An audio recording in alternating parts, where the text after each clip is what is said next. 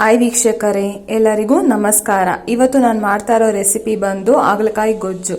ಅದಕ್ಕೆ ಬೇಕಾಗುವಂಥ ಪದಾರ್ಥಗಳನ್ನು ನೋಡ್ಕೊಳ್ಳೋಣ ಬನ್ನಿ. ಇಲ್ಲಿ ನಾನು 1/4 kg ಹಾಗಲಕಾಯಿ ತೊಗೊಂಡಿದ್ದೀನಿ. ಈ ಥರ ಸಣ್ಣದಾಗಿ ಕಟ್ ಮಾಡಿ ಇಟ್ಕೊಂಡಿದ್ದೀನಿ. ಒಗ್ಗರಣೆಗೆ 2 ಟೊಮೊಟೊ, 2 ಈರುಳ್ಳಿ, ಸ್ವಲ್ಪ ಕೊತ್ತಂಬರಿ, ಕರಿಬೇವು, 7ರಿಂದ 8 ಬೆಳ್ಳುಳ್ಳಿ ಹೆಸಲು, ಒಂದು ಅರ್ಧ ಇಂಚು ಬೆಲ್ಲ. ಇಲ್ಲಿ ನಾನು ಹುಣಸೆಹಣ್ಣನ್ನು ನೆನೆಸಿ ಇಟ್ಕೊಂಡಿದ್ದೀನಿ.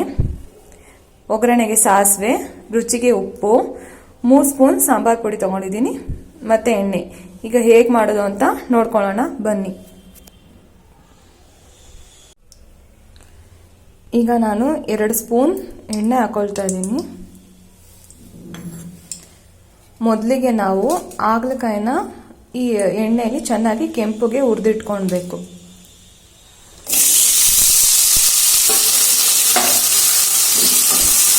ಏಕೆಂದರೆ ಹಾಗಲಕಾಯಿ ತುಂಬ ಕಹಿ ಇರುತ್ತಲ್ಲ, ಅದಕ್ಕೋಸ್ಕರ ಈ ಥರ ಎಣ್ಣೆಲೆ 5 ನಿಮಿಷ ಚೆನ್ನಾಗಿ ಕೆಂಪು ಬರೋವರೆಗೂ ಹುರ್ಕೊಳ್ಬೇಕು.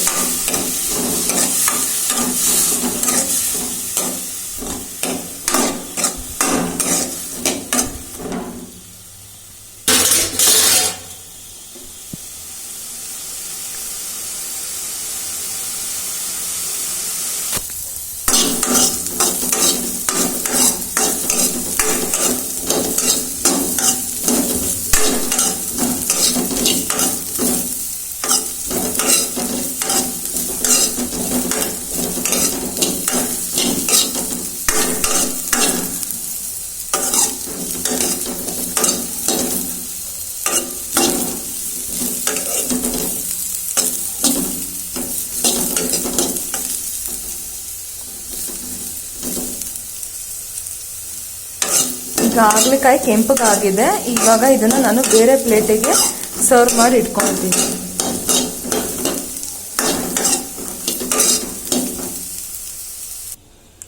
ಈಗ ನಾನು ಮತ್ತೆ ಬೇರೆ ಅದೇ ಪಾತ್ರೆಗೆ ಒಗ್ಗರಣೆ ಮಾಡ್ಕೊಳ್ತಾ ಇದ್ದೀನಿ. 3ರಿಂದ 4 ಸ್ಪೂನ್ ಎಣ್ಣೆ ಹಾಕೊಳ್ತಾ ಇದ್ದೀನಿ.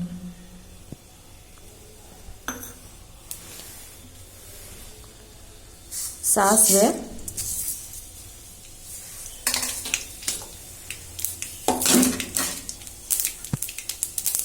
ಈಗ ಕಟ್ ಮಾಡಿರೋಂಥ ತರಕಾರಿ ಹಾಕೊಳ್ತಾ ಇದ್ದೀನಿ.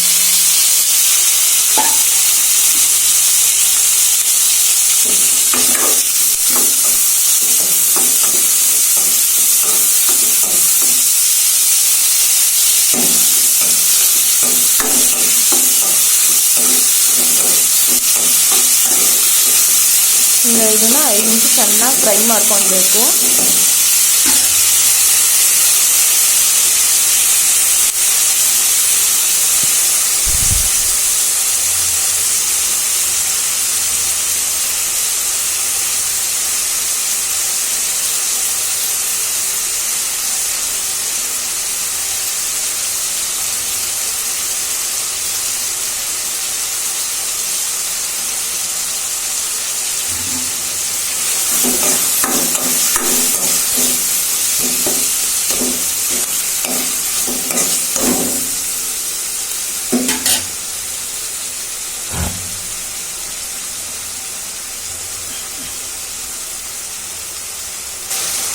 ಈಗ ಇದಕ್ಕೆ ನಾನು ಆವಾಗಲೇ ಫ್ರೈ ಮಾಡ್ಕೊಂಡಿರೋ ಹಾಗಲಕಾಯಿನ ಹಾಕೊಳ್ತಾ ಇದ್ದೀನಿ.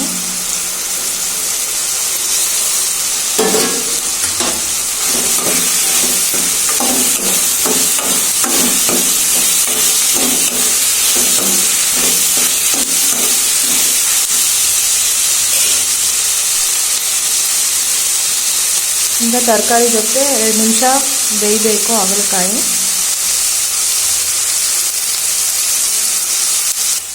ಈಗ ನಾನು ಸಾಂಬಾರ್ ಪುಡಿ ಹಾಕೊಳ್ತಾ ಇದ್ದೀನಿ.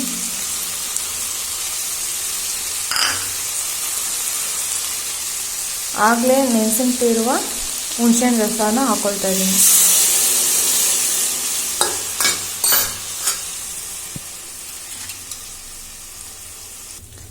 ಈ ರೀತಿ ಚೆನ್ನಾಗಿ ಮಿಕ್ಸ್ ಮಾಡಿಕೊಂಡು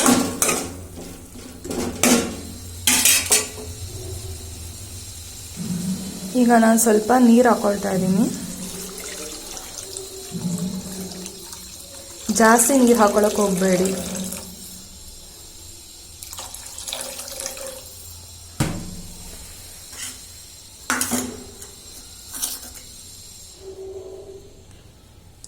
ರುಚಿಗೆ ಎಷ್ಟು ಬೇಕೋ ಅಷ್ಟು ಉಪ್ಪು ಹಾಕ್ಕೊಳ್ತಾ ಇದ್ದೀನಿ.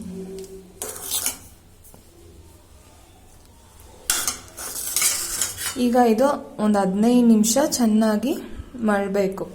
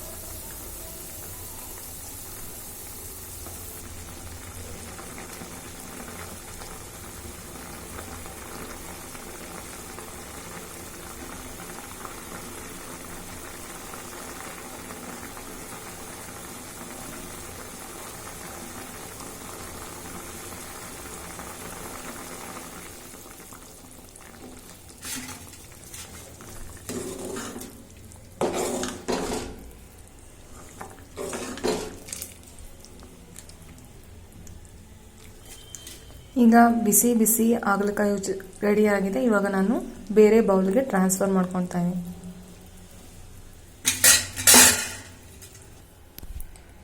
ಬಿಸಿ ಬಿಸಿ ಹಾಗಲಕಾಯಿ ಗೊಜ್ಜು ರೆಡಿ ಆಗಿದೆ.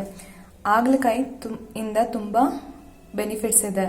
ಹಾಗಲಕಾಯಿ ತುಂಬ ಒಳ್ಳೆಯದು ದೇಹಕ್ಕೆ. ಪಿತ್ತ ಜಾಸ್ತಿ ಆಗಿದ್ರೆ ಪಿತ್ತ ಕಡಿಮೆ ಮಾಡುತ್ತೆ. ಮತ್ತು ಬಾಡಿ ಹೀಟ್ ಜಾಸ್ತಿ ಆಗಿದೆ, ಬಾಡಿ ಹೀಟ್ ಕಡಿಮೆ ಮಾಡುತ್ತೆ. ಇದು ರೈಸ್, ಚಪಾತಿ, ಮುದ್ದೆ ಜೊತೆ ತುಂಬ ಕಾಂಬಿನೇಷನ್ ಚೆನ್ನಾಗಿರುತ್ತೆ. ನೀವು ಎಲ್ಲರೂ ಈ ರೆಸಿಪಿನ ಟ್ರೈ ಮಾಡಿ ಹೇಗಿದೆ ಅಂತ ನನ್ನ ಕಮೆಂಟ್ ಬಾಕ್ಸಲ್ಲಿ ತಿಳಿಸಿ. ಇನ್ನೂ ಹೆಚ್ಚಿನ ವಿಡಿಯೋಗಳಿಗೆ ಪ್ರೋತ್ಸಾಹಿಸಿ. ಪ್ಲೀಸ್ ನನ್ನ ಚಾನಲ್ಗೆ ಸಬ್ಸ್ಕ್ರೈಬ್ ಮಾಡಿ. Thank you for watching.